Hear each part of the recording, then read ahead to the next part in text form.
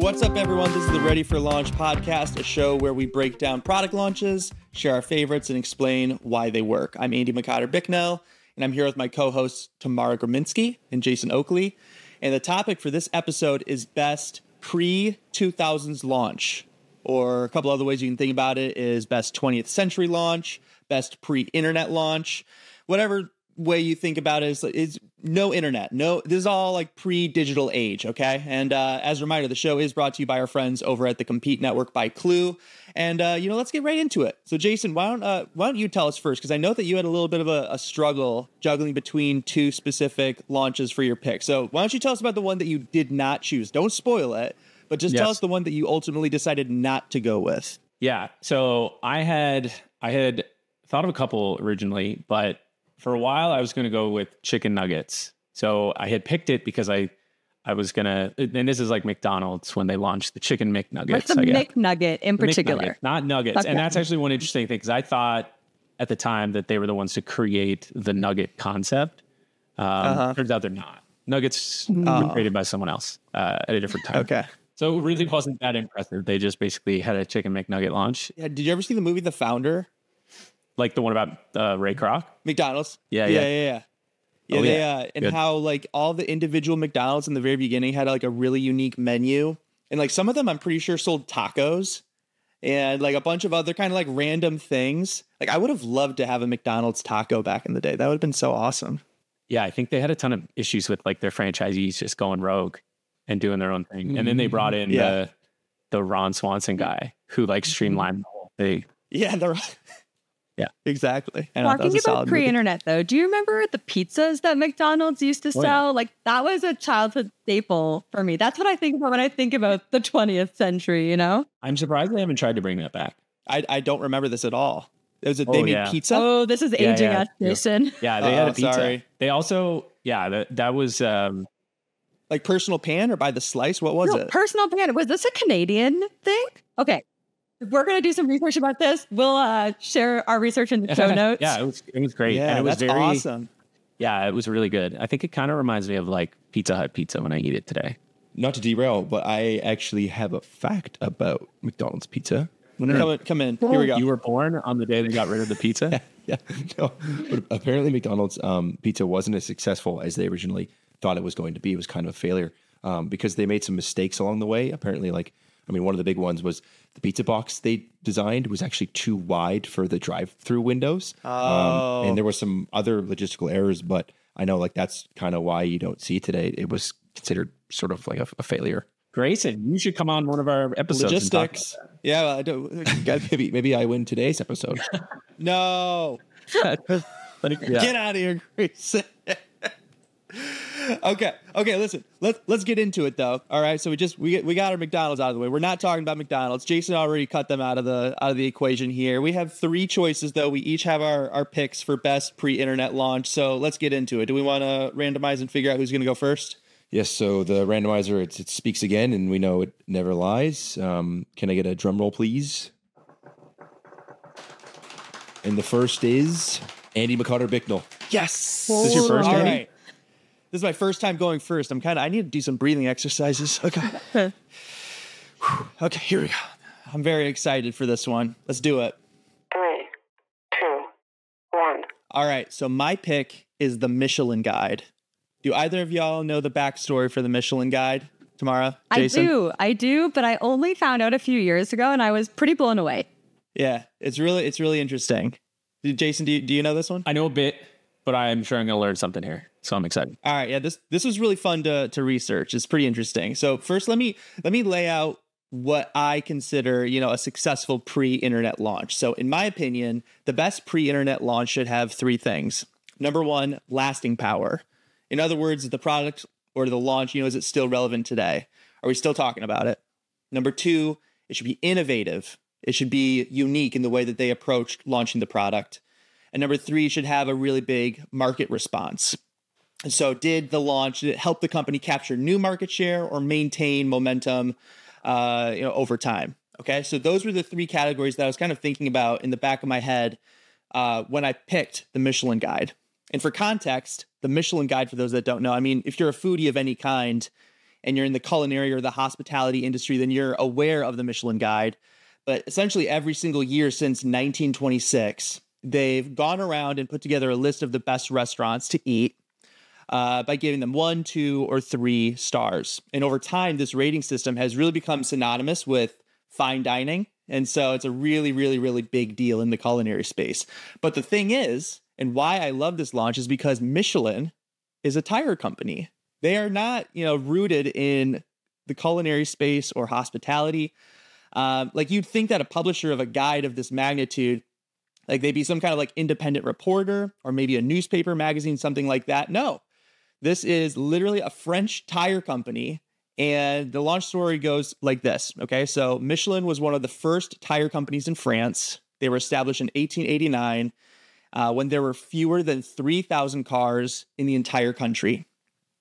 And they thought, hey, how do we get more people to buy more tires? Well, they need to drive more. How do we get them to drive more? Well, we should probably give them a list of recommended places to drive to. And so that's what they did.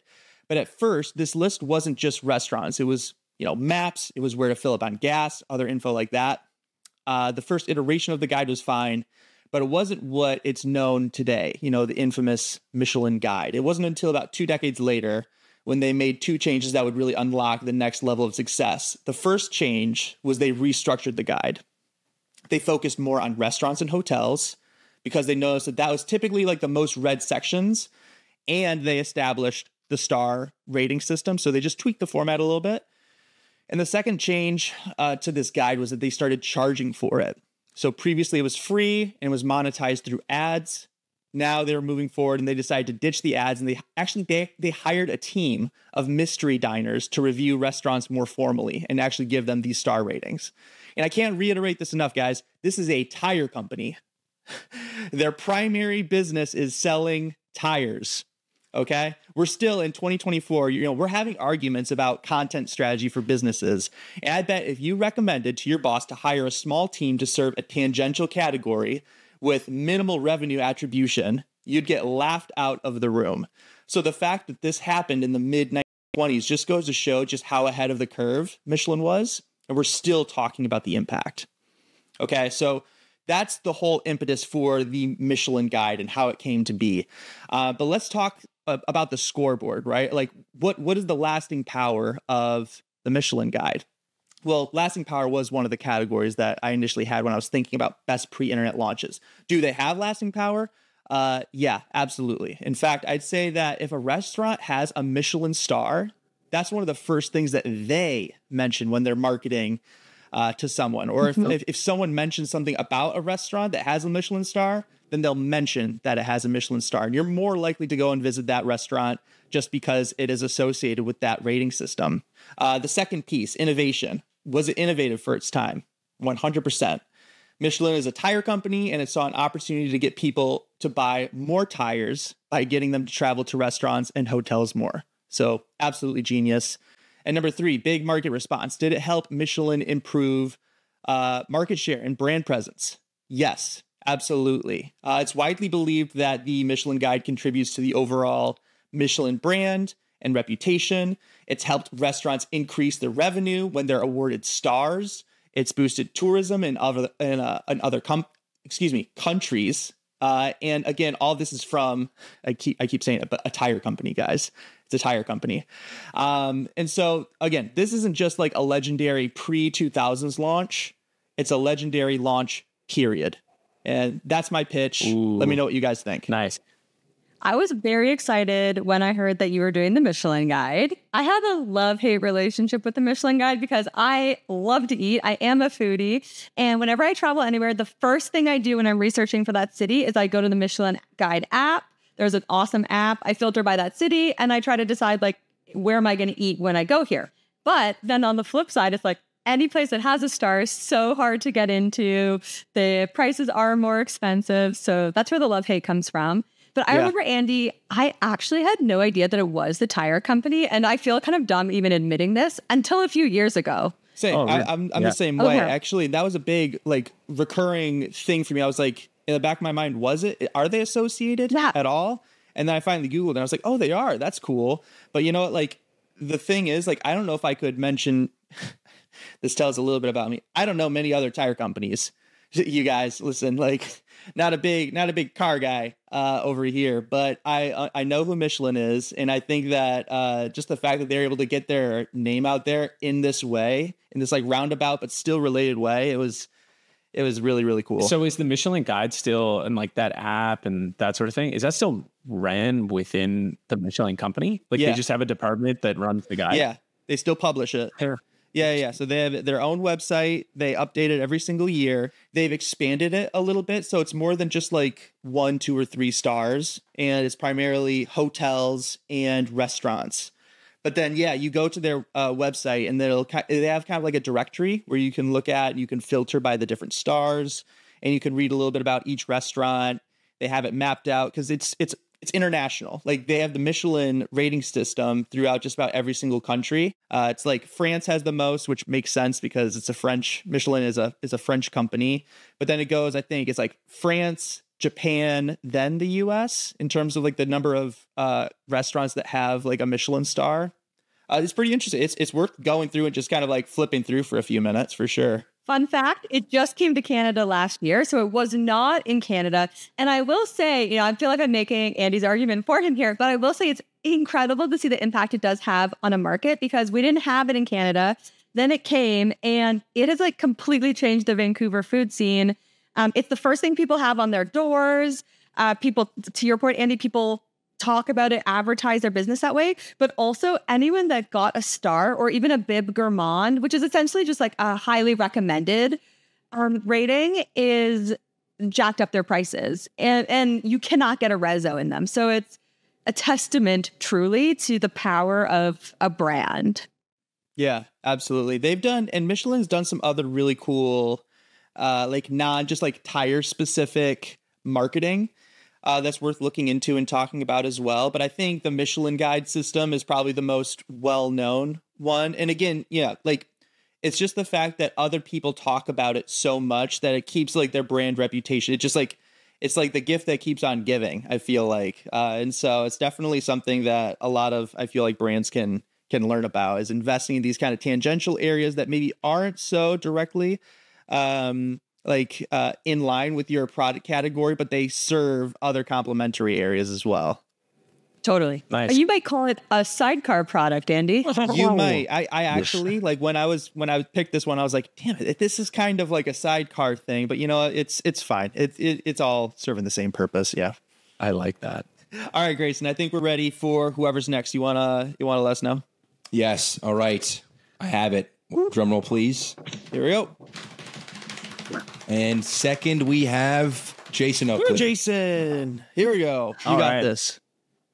3, 2, 1. All right. So my launch is the Jordan 1s, soon after called Air Jordans. Okay. So let me set the stage here. So 1984, it's a big year in pop culture. Prince released Purple Rain. Apple, that's the year they launched the Macintosh computer, and they did their whole Super Bowl ad, the 1984 one. MTV had their first ever Video Music Awards, so a lot happening in pop culture that year. Also in 1984, Nike is on the verge of shutting down their basketball shoe division.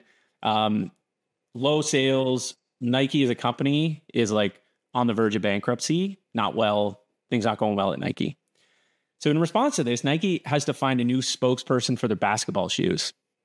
So anyone who watched the movie Air is probably familiar with a lot of this story, but they have to go find a new spokesperson. So Nike's executives are looking at the draft that year and everyone who came from the draft about to start that season.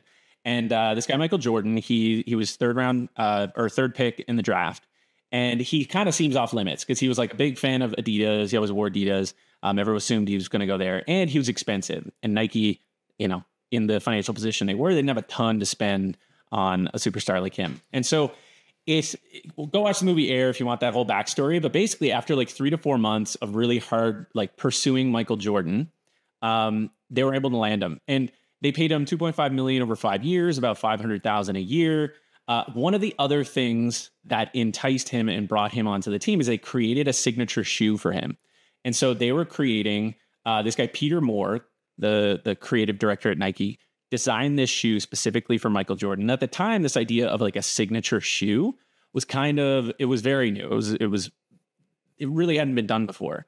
And the reason for that is in the NBA, shoes were like pretty much, they were mandated that they all be white. They were pretty much all look the same. Everyone on the team kind of wore the same shoe. And so they created the shoe for Michael Jordan that was all red and black. So it was very different from every other shoe that was being worn in basketball at the time.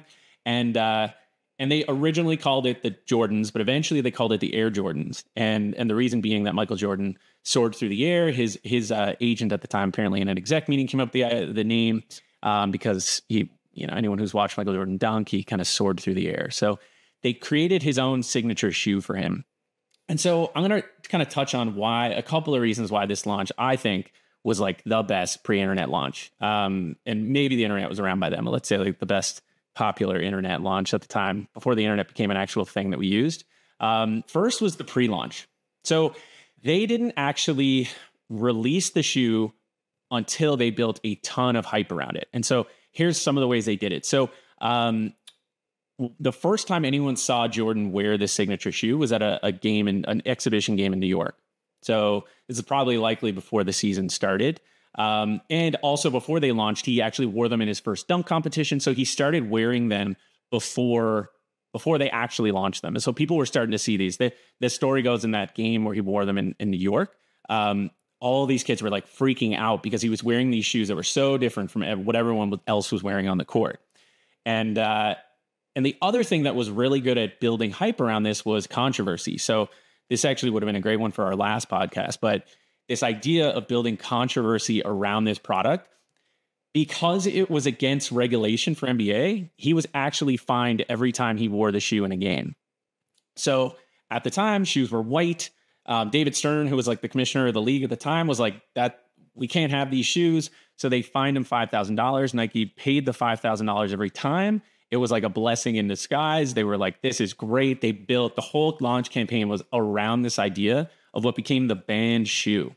So they really like ran with that idea. And the fact that it was like anti-establishment to want these shoes, to wear these shoes, people were dying to get their hands on these shoes. So there's a Nike commercial around when this launched. So they'll launch basically commercial with this, and Grayson, toss it up on the screen when you do it in post-production. But basically it is a Michael Jordan bouncing a basketball. When it gets down to his shoes, sensor bars go over his shoes. And the voiceover, it says on September 15th, Nike created a revolutionary new basketball shoe. On October 18th, the NBA threw them out of the game. Fortunately, the NBA can't stop you from wearing them. So by the time these come out, everybody wants a pair. Another thing that makes these really special, there's a great Time article written by this writer, Emil Wilbekin, if I pronounce his name right. And he's saying also at the time when this is coming out, there's also a new renaissance of Black culture, entertainment, and sports that's dominating the news, box offices, TV, and public popularity. So he actually wrote, and this is a quote from his article, he says, "For me as a Black teenager growing up in Cincinnati, I looked to the bright lights of Black excellence as a North Star, and one figure in particular, a rookie for the Chicago Bulls named Michael Jordan, who looked like me, seemingly soared through the air and scored points on the court." So he says the secret sauce that made them so popular was that they were made for consumers who didn't just like basketball and play basketball. It was like everyone wanted to wear the shoe because it represented a lot more than just playing basketball. And then the last thing was Michael Jordan was just a superstar. So by the end of his first season, he was Rookie of the Year, most famous basketball player of all time. And Michael Jordan and the Jordans, as part of that, just were a major success from day one and have stayed that way ever since. So a couple of numbers here. So when the first year they released the Jordans, they were expecting about 3 million in sales.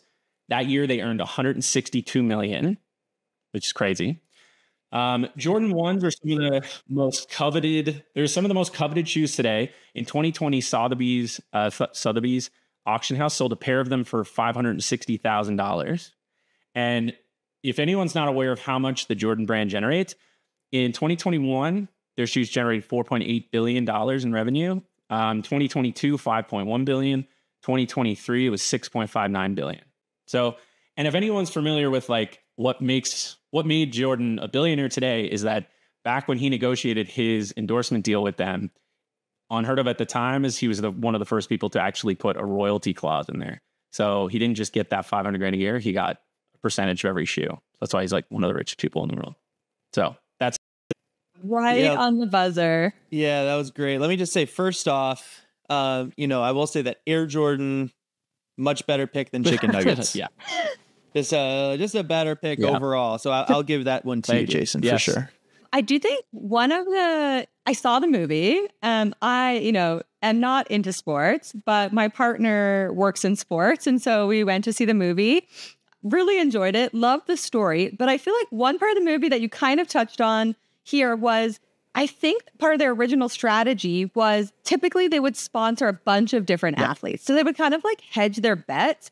And I think in order for them to get Michael Jordan for this, they needed to, instead of sponsoring 12 people, only sponsor him and go kind of all in.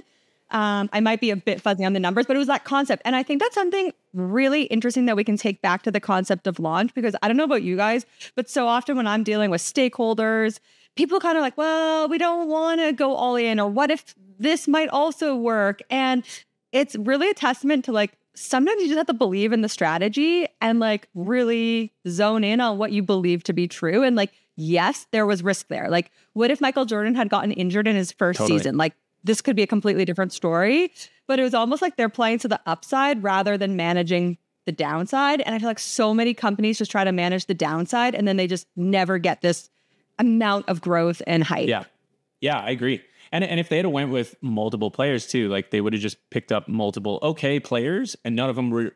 It's kind of like people who, for your launch, it's like picking one strategy and going all in on that strategy or that tactic and putting versus spreading it out across. It's like it's the same amount of investment, but the former way, it's like you're not really going to get much impact across each one. Whereas the other, it's the opportunity, if it's the right one, that you're going to get outsized returns on it. In this case, like they did. So, but yeah, it was a good one. It's a good example too. Like a comparison today is, I guess, picking the right influencer to back your product in a way, right? For people who might in another industry that's not sports, for example. But and I guess that is something we're starting to see more of. I was going to ask, is that like the 500,000 per year over a few year period? Like how much, I know you mentioned the piece about the royalty clause being different, but like, did they spend more on him versus they would for a typical athlete at that time? Like how much were like Adidas, how much like were they like endorsing athletes for? Like what was the like the average, would you say? Do you know? I don't know the average. Like so there's a couple discrepancies between the movie and like reality. In the movie, it was 250 a year, I think. And then Adidas just matched it. But in reality, I think it was more like it was that 2.5 million was the actual number over 5 years. So it was 500,000 a year. I do believe like the other shoe companies were probably willing to pay him a similar amount. I think the royalty thing was a little different.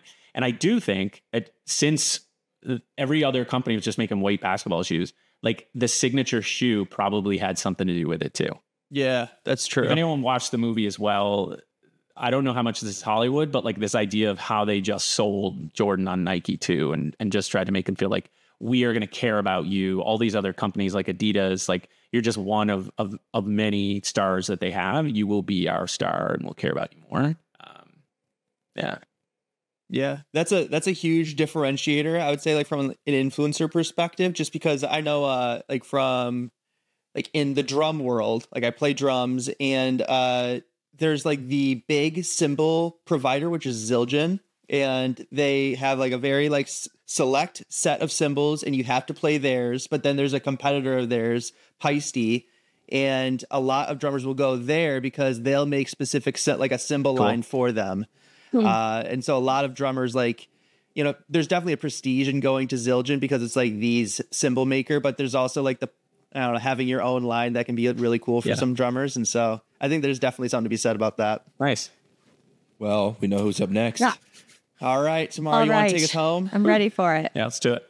3, 2, 1. Okay, so for today's episode, I'm going to take us all the way back to 1947 and the launch of the modern day engagement ring. I also didn't know that we had criteria. So I've written down Andy's criteria so I can wave it into my example of lasting power, innovation, and market response. But we didn't have that. Let me just interrupt you. I do that so I can position myself as the winner for this contest. And I'm going every last. time. And I'm going last. So I get to use this against you.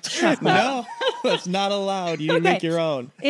Today, marriage and diamond rings are synonymous, right? We would never think of one without the other, but it actually wasn't the case. And not so long ago, it wasn't the case.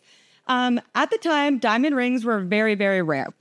The concept of the engagement ring had actually been around since the medieval times, Middle Ages, but they were never widely adopted, okay? So only 10% of the engagement rings that did exist even contained a diamond. They were often a completely other jewel altogether. Also important to know was at the time, a diamond mine called De Beers, which is a jewelry store we know today, controlled the global diamond supply. So it was an entire monopoly. This meant that they had a vested interest in driving demand for engagement rings, but they didn't actually really care where you bought it from. So they didn't know if you bought it from Tiffany's or Cartier or a local shop. They just wanted you to buy a diamond ring. And so I thought they took a really interesting strategy here. They actually engaged an ad agency to help them assess why diamonds weren't selling. So they did some market research, which we know as product marketers, very important part of the job. And essentially, the agency decides after all the research that they're going to pursue a category creation strategy. They're going to create the category of diamond engagement rings. And so they do extensive research around the societal attitudes around diamonds, which I think is really important. And they essentially build a campaign that is going to change how society feels about these diamonds. We know that this is very hard to do. It is kind of like the crux of category creation. They're essentially building demand for something where there's no demand today. And what the research actually showed was that consumers felt that diamonds were reserved for the ultra rich. They were an ultimate luxury. And so women at the time were saying, well, they spent their money on like a new washing machine rather than a diamond ring. And so the campaign to launch diamond rings had one goal, and that was to make every person who gets married feel like they need a diamond ring. And I think we already know that that was very successful, but I'm going to walk you through the campaign and how they launched the campaign. So, the most impactful part of the campaign that has lasting power, Andy, is the campaign slogan, "A diamond is forever." You might not have even known that that came from De Beers, but it did. It's still in use today, and it actually cemented this core belief around if you want your marriage to last, you need a diamond. You need that level of commitment. They also, with the campaign, wanted the average consumer to see diamonds everywhere. Obviously, this wasn't the case before that. So they hired a publicist as part of the campaign who would write into newspapers and magazines and try to pitch stories about celebrity engagements. And it's not that celebrities weren't being covered before, but like the ring and the engagement part weren't. And so they would write in all the stats about the ring, highlighting it, talking about it, like the way that we might see in a celebrity mag today. They also were quite ahead of their time, and they created a bunch of what I'll call inbound marketing material. This was essentially non-branded content, so it didn't have De Beers on it, didn't have Tiffany's on it, and it was just stories about engagements and happy couples.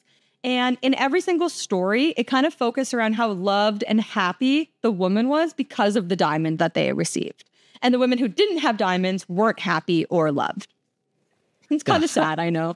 And then finally... That's terrible, just by the way. Just terrible. Oh my God. Sorry, keep going. This was the 40s. It was a different time. Different era. Finally, they heavily promoted the buying criteria that we know today, the 4 C's. So they did this for 2 reasons. The first one was it actually provided like a really tangible guide that would help the men know how to buy a diamond. It felt like super overwhelming before, right? But it was also a sneaky way for them to sell more of their smaller diamonds. So the research study actually found that consumers thought that it wasn't even worth buying a diamond unless it was large. And so the campaign was meant to market other parts of the diamond, so cut, clarity, color, to help minimize the importance of the carat size and increase the importance of the other sizes. So that was the main campaign, but there was a couple interesting fast follows or rolling thunders that came a year or two later. So they actually did some product placement in the 1953 movie Gentlemen Prefer Blondes. And they're the ones who are responsible for getting Marilyn Monroe to sing the song Diamonds Are a Girl's Best Friend.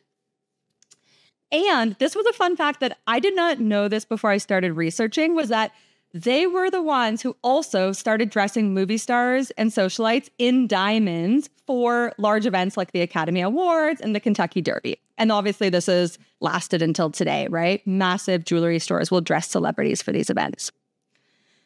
So was the campaign successful? I think we've shown it has lasting power. We've shown that it was innovative. But did the market respond? Great question, Andy. The campaign was a success, and the sale of diamonds increased by 55% in less than 2 years. So it was also like an immediate success, which for such a high-ticket item, I think is pretty impressive. In 1939, diamond sales were 23 million, and this increased to 2.1 billion by the end of the century. We talk a lot about how positioning and messaging needs to evolve over time, but when you nail it, you nail it. And since 1948, the line, "A diamond is forever," has been in every single De Beers engagement ring ad. And we are talking a 20th century. In 1999, "A diamond is forever" was named as the slogan of the century by Advertising Age. And today, 3/4 of all American brides wear a diamond engagement ring. Talk about shifting societal norms. That's my case. Wow. Bravo. Wow. Well done. Great job. Yeah, that was an excellent frame there of all of those things. It just so well thought through. And I could tell you had been thinking about that for, all be clear week. for the listeners, that criteria is not real criteria. So No. So everyone should just know that Jason didn't follow that format. we didn't follow the fake criteria. The made up. It's just like the points of the show. It's all made up. It's all good. Score doesn't matter. The one thing that you that also I really like, but I don't know if it's something that De Beers did as part of this. But the whole idea of what was it like setting the price of a diamond, of what you should expect to pay for an engagement ring. Like, was that them too? It was, but it was not part of this campaign. So I had to keep it short. But basically, several years after this campaign, once they had everyone buying a diamond ring, they're thinking, well, how can I increase average order size? And so they're the ones who came out with the idea of 2 months' salary. And also, I would say that this idea has had lasting power until today. It's pretty common that, if someone goes to buy a diamond ring, they might use this as a benchmark. Yeah, that's like a cool way to just kind of set a price, like the price of what people should expect to pay for your product. Super interesting. And the 3 C's is really cool too, because thinking of like buyer enablement, like people feel like they have a better sense of how to evaluate that product just by, in a lot of cases, I'm sure it's kind of made up. And they're just like, but at least it gives me confidence in that I know what I'm doing and feel more comfortable with what I'm buying. It's really smart.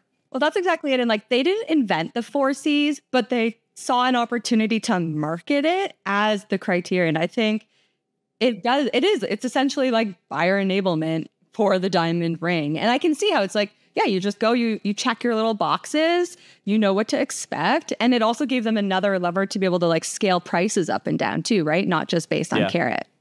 I think that is the most important piece. And I can speak to that just from a buyer's perspective, because when I proposed to Sydney, my partner, I was super overwhelmed by the idea of buying a diamond ring, and didn't really all I really knew was carat size as being kind of a way of understanding how valuable a diamond was, but then going and understanding how again, cut, color, clarity, carat, all those things are super important, and understanding really how you can balance each of those to getting a ring that you can feel confident about. I think that's the big piece. Obviously you want to give a great diamond ring to your fiance. It's also about you feeling confident in making that decision. So it's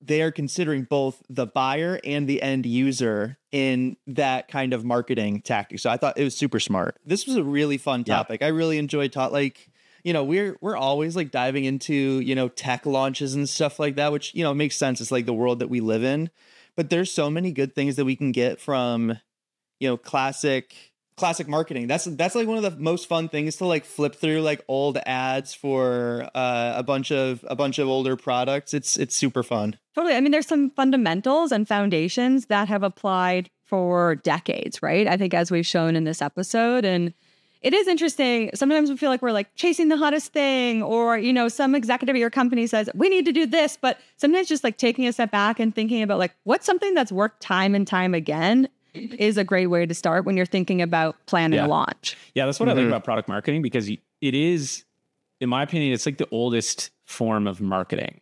It's like, how do you position a product, right? How do you launch a product? Like there's so many things today around like content marketing or social media, or like a lot of like common things with demand gen. They're like new things with new tech that came with new technology in a lot of cases. Whereas a lot of the fundamentals of product marketing are just like the foundational product, like marketing things that we're using a lot of these. Totally. I mean, in all the examples we gave, it's like all three companies were trying to solve a business problem, right? They all zeroed in on the target buyer, and they all built a narrative that kind of went beyond the product. Really, that was kind of what I took from the episode. And those, to your point, Jason, are not dependent on channel or technique by any way. Yeah. It kind of reminds me the 22 Immutable Laws of Marketing. That's a great book that I feel like it's super short. I feel like most product marketers, if you've been like at it for a little while, you probably know about the book or have read it. If you're newer, then it's something that you should probably take a look at. But it's like all these like tried and true methods of marketing that you see companies kind of recycling or reusing over time. But it's been like going on for well over a century. So definitely worth checking out. But that's kind of what it reminded me of as we were going through all of these. I was like, I feel like I could see all these examples in as one of these like immutable laws. That's cool. Well, I'm super excited for next episode, because I think next episode, we're going to talk about the greatest marketer of our time. Hold on, Tamara. You're getting ahead of yourself. We have not even voted for the number one of this episode. Can we do the launch really quick? The launch vote? Yeah, you're right. Let's not spoil excited. the surprise. I feel good about this. Let's do this. Okay. Okay. So we're all sending our votes over to Grayson now. Here we go. Can I get a drum roll, please? We have our first three-way tie. Get out! Oh, no. What do we do? Do we just keep it the way it is? This is for people. This is the first time. So Grayson, this is There needs to be a winner. I thought, doesn't Grayson need to come in and say it then? I think we can produce your vote. Is Grayson's the tiebreaker? So you got to pick. I can't handle this much pressure. Grayson. I can't handle this much pressure. Oh my God. Hold on. God. Do you mind if just for I'm trying to think of a way to do this. So it's very simple. Just say who had the. Just say. Just say my name. Do it. Yeah. You just say who the best one was. Do you each want to do a quick 10-second reminder just so I can get a refresher? What are you talking about? A 10-second reminder? You've been here this entire episode. We could do a final. I mean, only one of us were named the slogan of the century. That's an important thing to know. Wow, you guys are going to let her say that and then not have your own 10-second? First year of Jordan, it was expected only 3 million. Only 3 million expectation in their first year. It made 162 million. Listen, I think that they both had fantastic launches. Multiple $1 billion in revenue. They both had fantastic launches. I don't want to take anything away from either of them. I think that it was just it was so wonderful. I learned so much from listening to both of them. And well, then you're not going to vote for Andy's. Then he's kind of voted himself out. Listen, you do what you feel, Grayson. I think you're a very smart gentleman. Grayson, you probably worn Jordans before, haven't you? I cannot. I neither confirm. I plead the fifth. Grayson, when you buy a diamond ring, you're going to need to know the 4 C's. Wow, the power in my hands right now is getting to my head. I'm about to dip out, guys. Later. Yeah, it's like the episode of The Office. Oh my God, no, you got to make the call. Here we go. Give me 5 seconds. Okay, I have my answer. And I just like to say the reason. No. I thought it was a very unique take on a launch, and I'm going with the Michelin Guide. Yes, thank you, God, a win. Give me 1 W. Thank you, God. Oh, is this the first W? This is my first W on the scoreboard. Thank you, Grayson. Andy, Oh my God. I think it was well deserved, and I don't want to throw Jason under the boat here, but I did vote for you. Thank you. You know what? I'm happy to be here amongst greats. This is so wonderful. And we still have the people's vote. And so why don't we tell them how can we vote for, how can listeners vote for their favorites?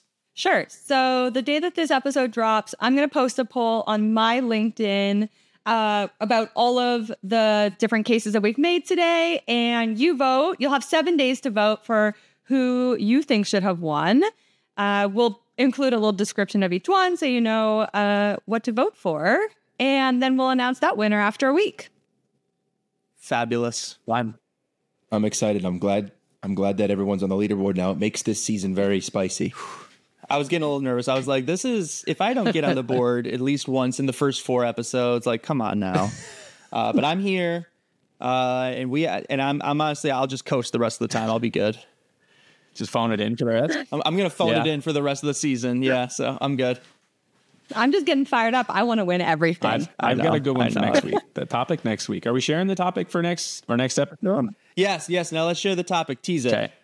Okay. So Tamara had said this earlier. The topic next week is all about one of the greatest marketers of our time. I said the greatest marketer, not one of the greatest marketers of all time. No some respect. A recent new football fan, I think, potentially maybe been a football fan all along, but that's Taylor Swift. And so we are each going to be talking about our favorite Taylor Swift launch. And that's right. It's an easy job to find 3. So it just goes to show how good of a marketer she is. Honestly, I had one like kind of in the back of my head when Tamara suggested this. I was like, okay, that's easy. It's one of those things. And then I think we all had our own choices within like a minute, to be honest. Have you? I'm Swiftie, and my ego is not going to take it if I don't win this episode. So like, I need to get to work researching. All right. Maybe me and Jason will just team up on our launches and we'll just have a joint pitch against Tamara. Either myself or Andy will just we won't even say anything, and it'll just be 2 of us do all the research on one. Do like a PowerPoint presentation. Let's do it. That's not fair. Them's not the rules. I love it. Well, I can't wait. This is going to be the best episode yet. I can feel it. It is. All right. That's the pod. Again, thanks to the Compete Network over at Klue for helping us out with this podcast. And we will see you all next time. See you, everybody. See you.